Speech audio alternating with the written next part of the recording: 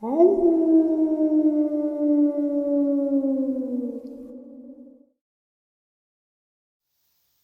and salutations, everyone, and welcome to this night ending bonus. Before we jump into it, a couple quick links. As many of you know, I rely on Patreon, PayPal, channel membership, and the merch to help the channel to continue to grow and go. Links to Patreon, PayPal, and channel membership is in the description below. Merch displayed directly under the video. Also, Dogman Frightening Encounters, Volume 1 through 3, the audiobook versions. They were written and researched by Tom Lyons, narrated and produced by me, Jeff Nadolny. Those audiobooks are available on Audible, Amazon, and iTunes, links to which are also in the description as well. And finally, last but definitely not least, if you'd really like to help support this channel to continue to grow and go, simply subscribe. It does not cost a cent. Click that like button, takes half a second. If you don't want to miss out on any of the informative uploads I put out daily, click the bell icon, and folks, please leave a comment and share the video. Why? Well, because all of these things really do help the channel to continue to grow and go. They definitely do matter, and they are appreciated. Now, everyone, I have taken far too much of your time. Let's jump in to this night-ending bonus upload, shall we? The first week of February is a beautiful time of year in the northern Sonoran Desert, east of Tucson, Arizona. Perfect conditions for extended mountain bike excursions into remote areas that feature stately saguaro cactus, large patches of rabbit ear and prickly pear cactus, and desert wildlife that includes javelina, red Mexican wolves, roadrunners, coyotes, and plenty of smaller animals that make full use of the mild temperatures.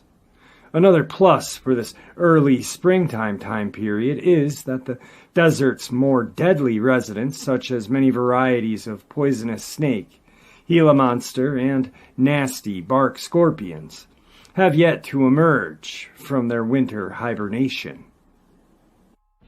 It was in this idyllic time period that 3 Tucson bicyclists decided to tackle the tough 17-mile-old Pueblo racecourse east of town the first week of February 2014.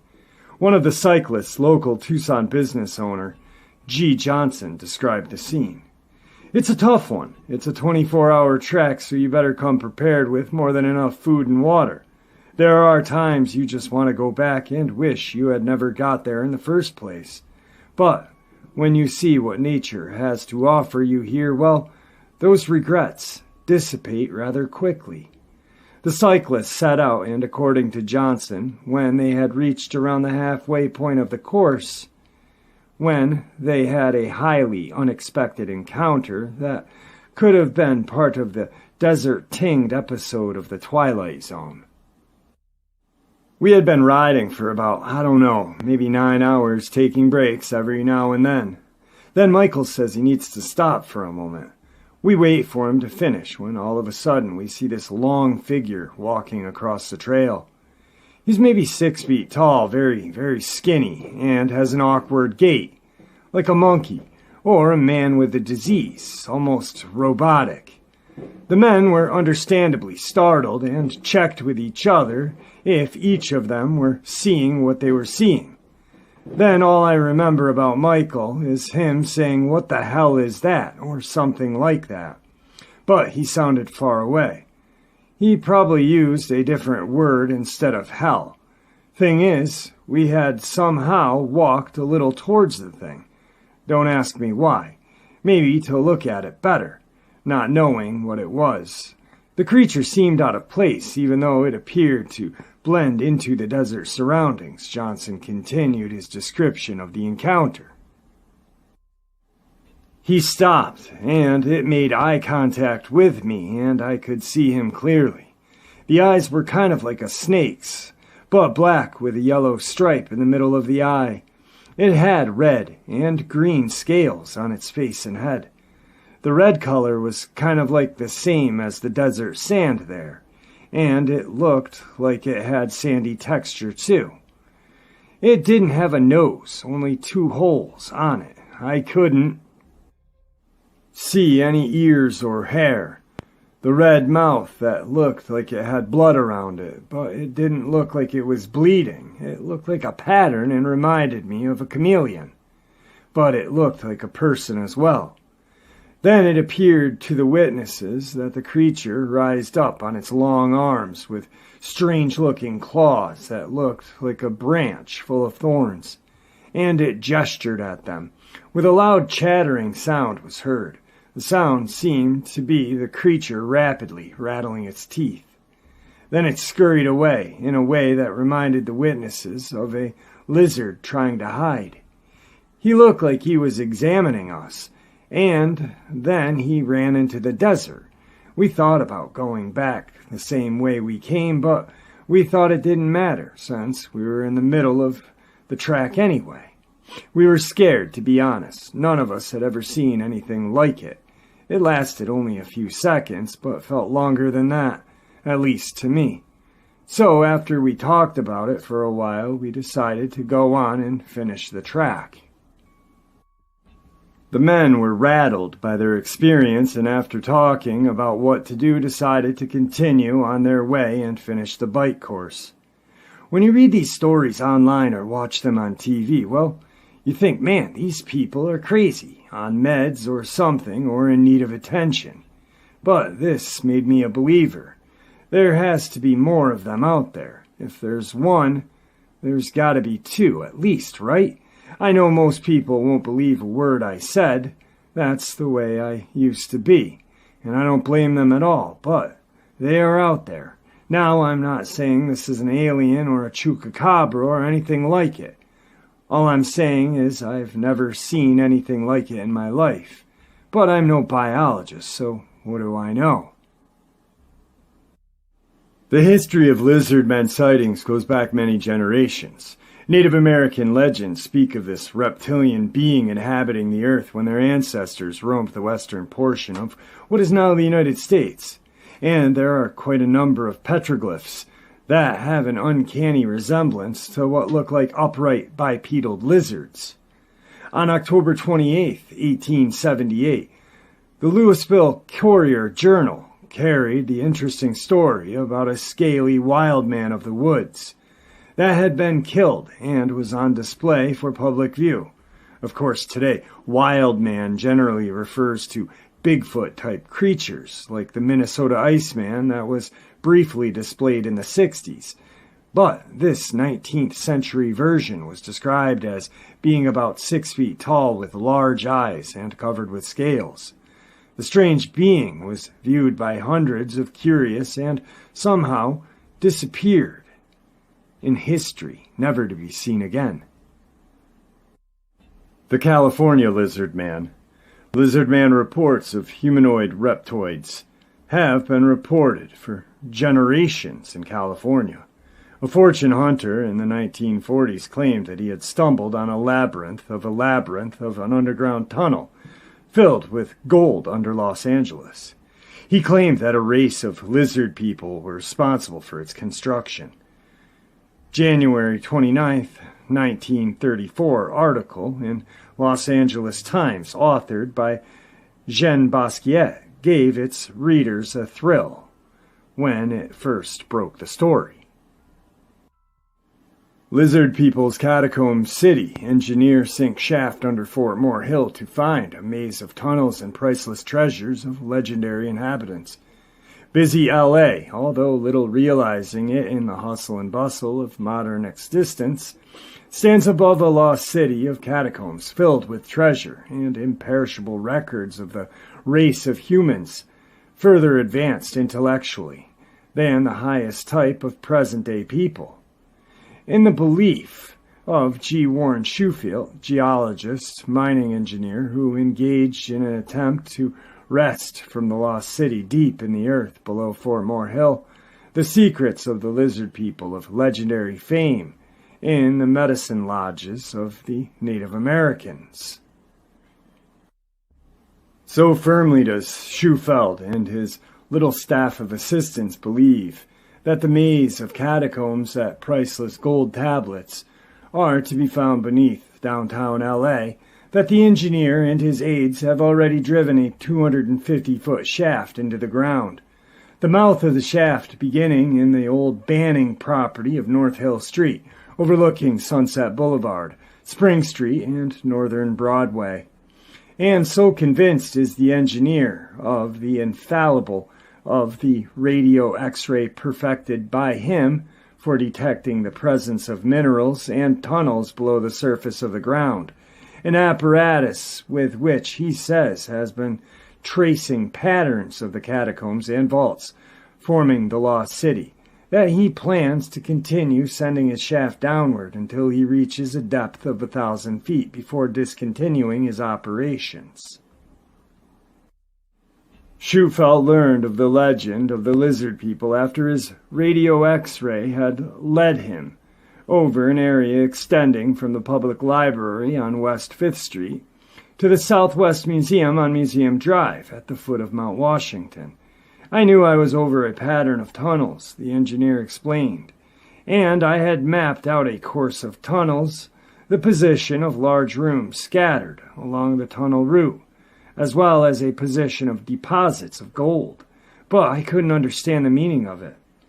Then Shufelt was taken to Little Chief Greenleaf of the Medicine Lodge of the Hopi Indians in Arizona, whose English name is Al McLin. The Indian provided the engineer with a legend which, according to both men, dovetails exactly with what Shufelt says he had found. According to the legend as imparted to Shufelt by McCacklin, the radio X-ray has revealed the location of one of the 3 lost cities on the Pacific coast, the local one having been dug by the lizard people after the Great Catastrophe, which occurred about 5,000 years ago. This legendary catastrophe was in the form of a huge tongue of fire, which came up of the southwest, destroying all in its path. The path being several hundred miles wide, the city underground was dug as a means of escaping future fires. The lost city dug with powerful chemicals by the lizard people instead of pick and shovel was drained into the ocean, where its tunnels began according to the legend, the tide passing daily in and out of the lower tunnel portals and forcing air into the upper tunnels, providing ventilation, and cleansed and sanitized the lower tunnels, the legend states. Large rooms in the domes of the hill above the city of Labyrinths housed thousands of families in the manner of tall buildings, and imperishable food supplies of herb variety were stored in the catacombs to provide substance for the lizard folk for a great length of time as the next fire swept over the earth.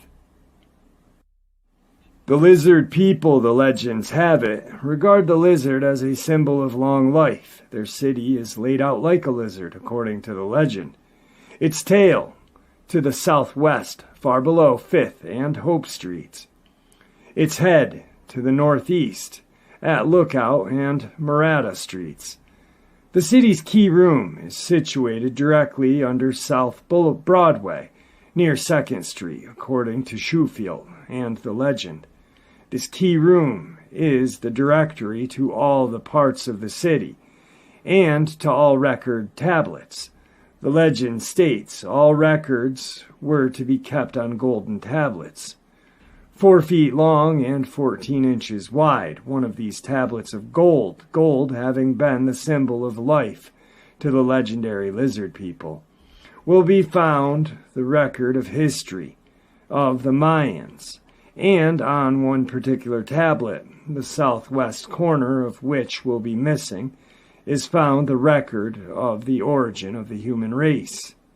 Shufelt stated he has taken X-ray pictures of 37 such tablets, 3 of which have their southwest corners cut off. Shufelt stated that he has taken X-ray pictures of 37 such tablets, 3 of which have their southwest corners cut off. My radio X-ray pictures of the tunnels and rooms, which are subsurface voids, and of gold pictures with perfect corners, sides, and ends, are scientific proof of their existence.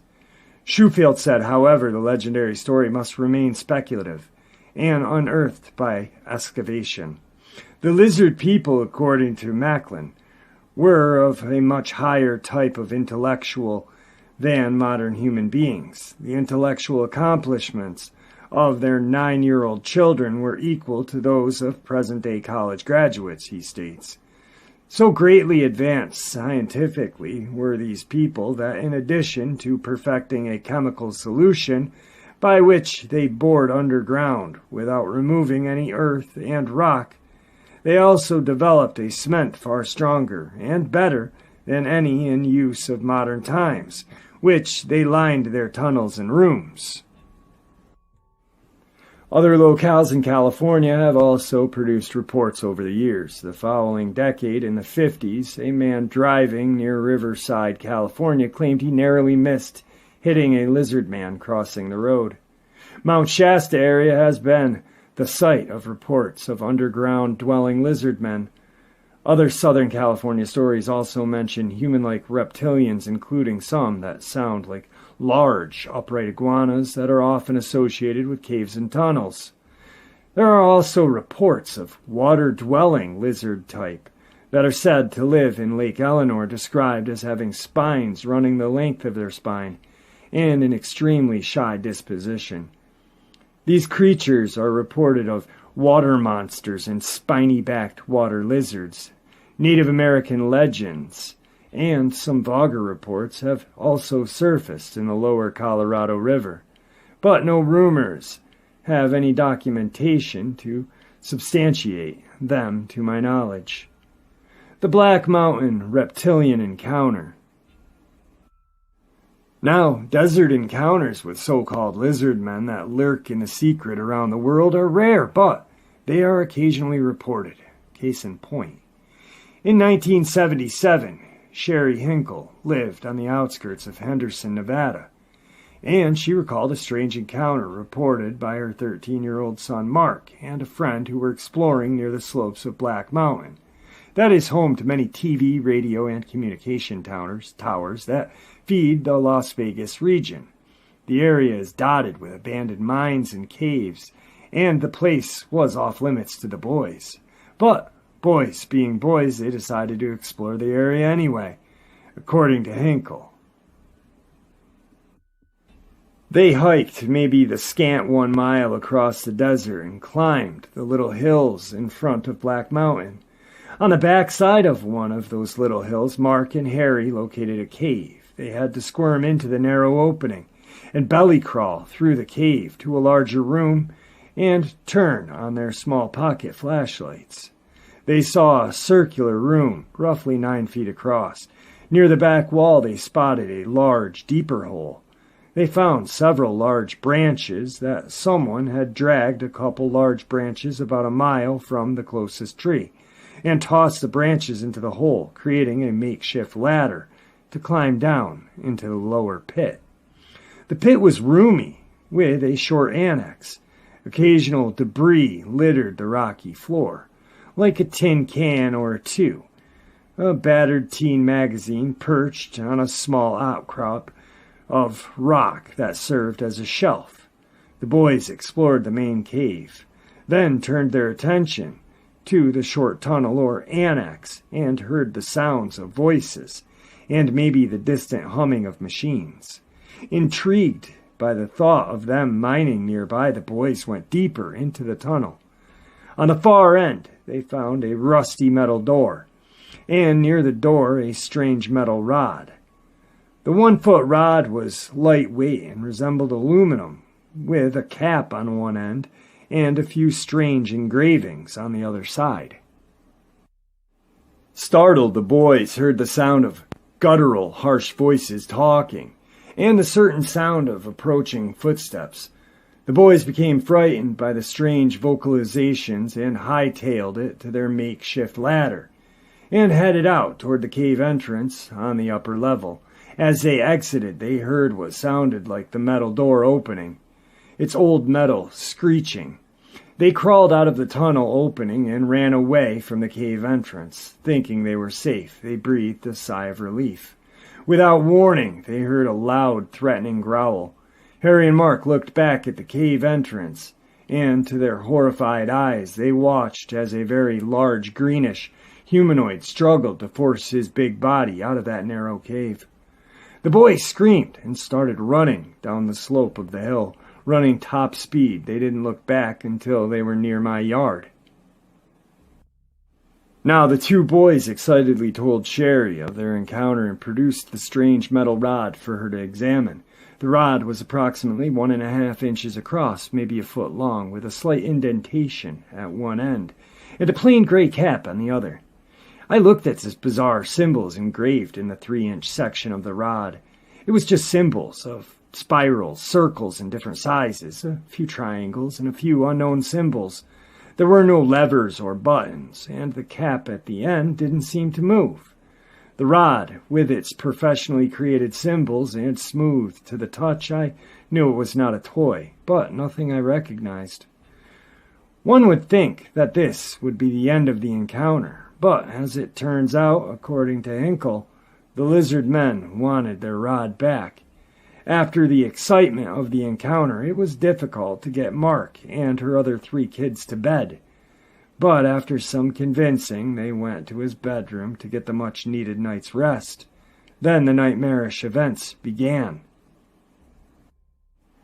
It must have been around 2 in the morning when Mark shook me, whispering harshly that someone was trying to get into his bedroom window.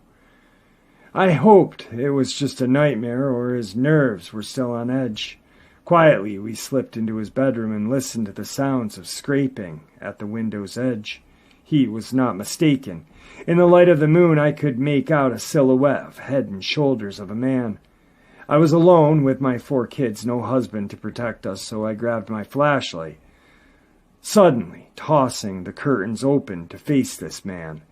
There was a glare from the flashlight on the window, but past the glare I could clearly see a large head with ridges on the top, other ridges on his cheekbones, and the glow of golden eyes.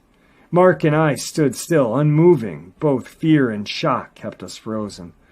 The lizard man didn't move either, his hand still poised in his attempt to pry the window open. His hand was large, with webbed, rough, gnarly-looking fingers with powerful claws. After a couple of minutes, not seconds, but long, agonized minutes, with our hearts pounding, I knew I had to do something. One hand still holding the flashlight beam on his face and my eyes still locked into those golden eyes, I fumbled around in the dark with my other hand, hoping to find something to use as a weapon if needed. He glanced at my hand, looked back into my eyes. He turned his head a little, as if he was asking a question.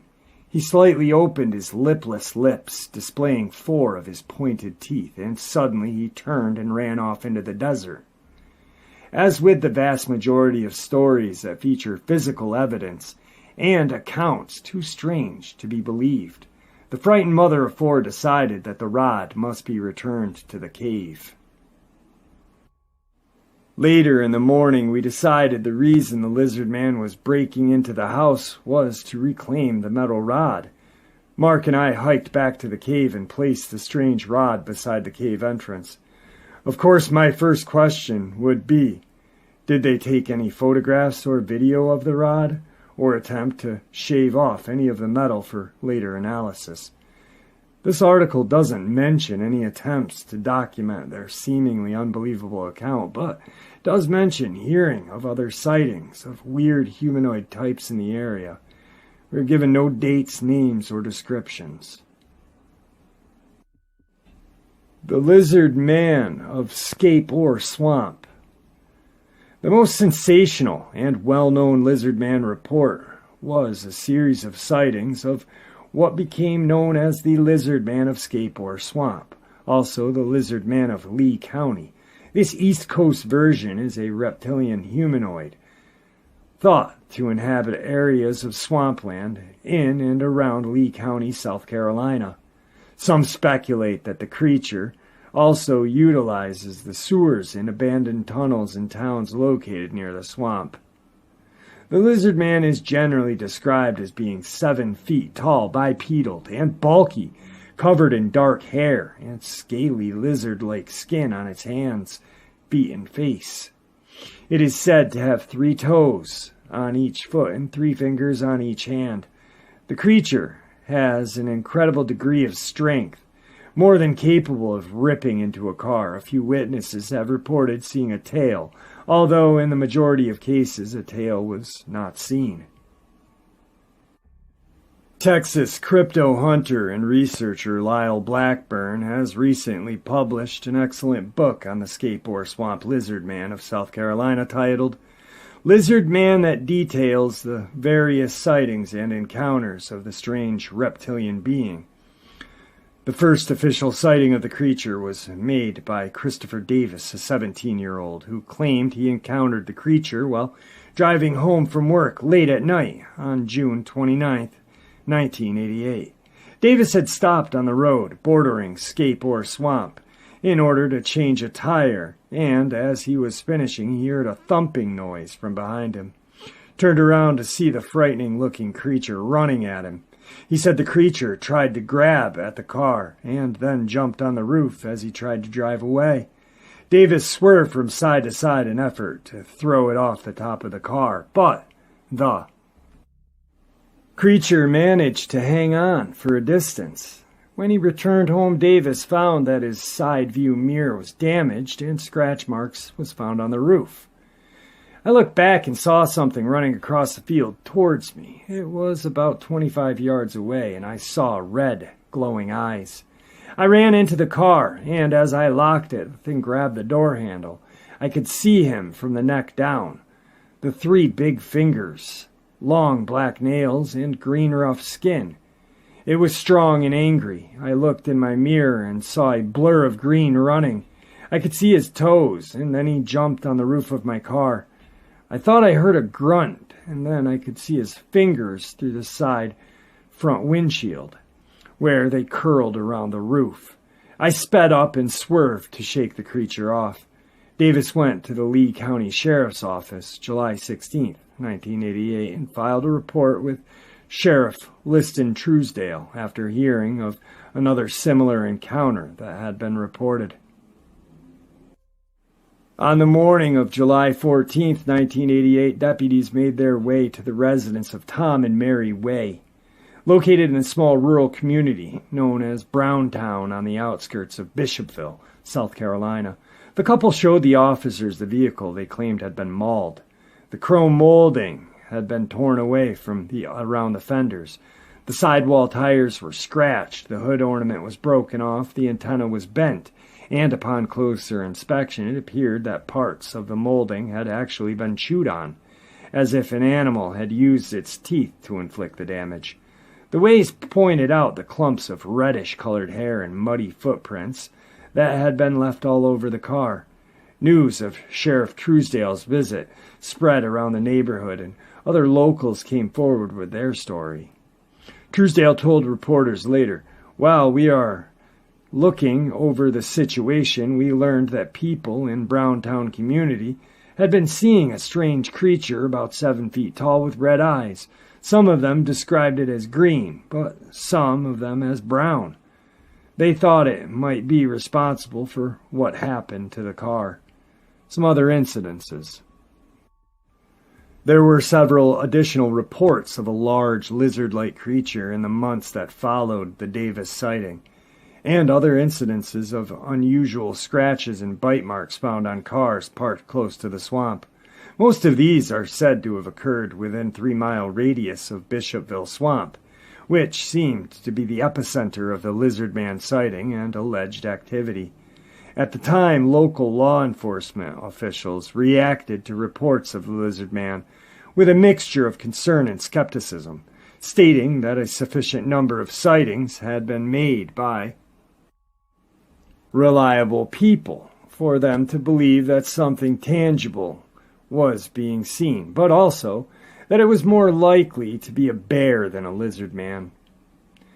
2 weeks after Davis's sighting, the sheriff's department made several plaster casts of what appeared to be a 3-toed footprint, measuring some 14 inches in length. Blackburn mentions the media circus that erupted after the story was picked up by wire services.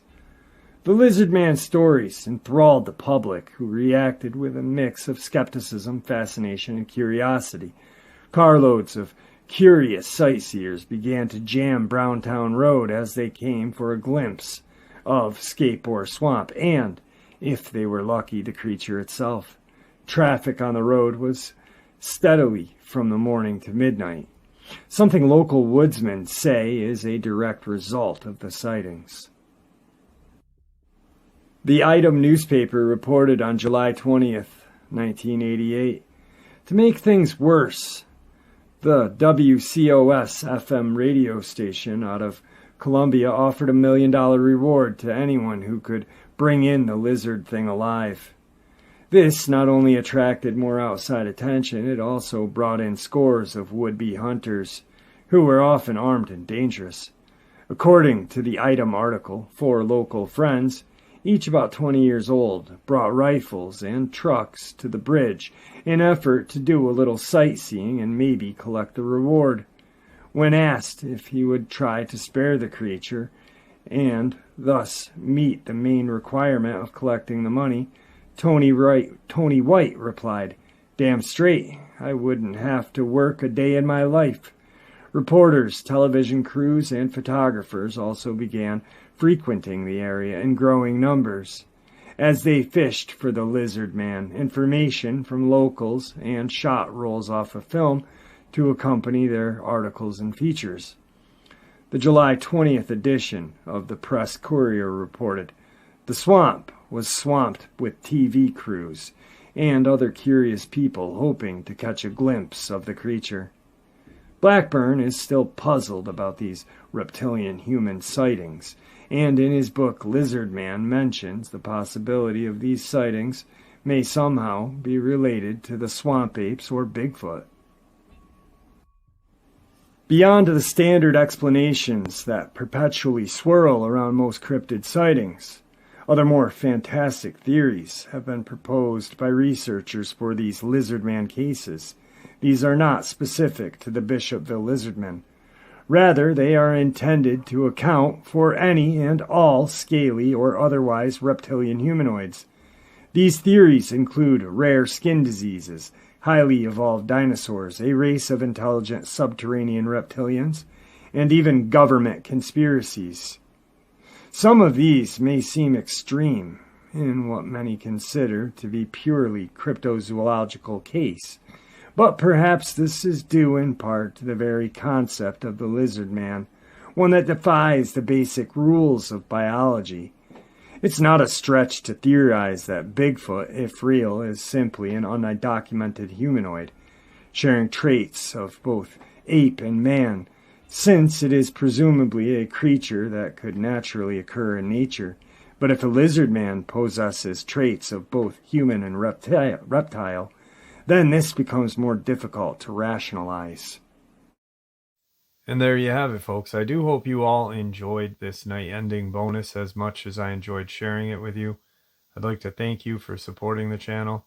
It is, after all, your support that helps the channel to continue to grow and go, and honestly what gives us all a place and a chance to share our experiences and theories judgment-free. Everyone is simply treated with the respect that we deserve. Please, everyone, stay safe, happy, healthy, and ever vigilant, keeping an eye on our children, pets, family, and our friends. These creatures are real, they are out there and dangerous. Share this information with those you love and care about, and it may just help save their lives someday. Until next time, never stop asking questions, never stop searching for the truth, and God bless you all.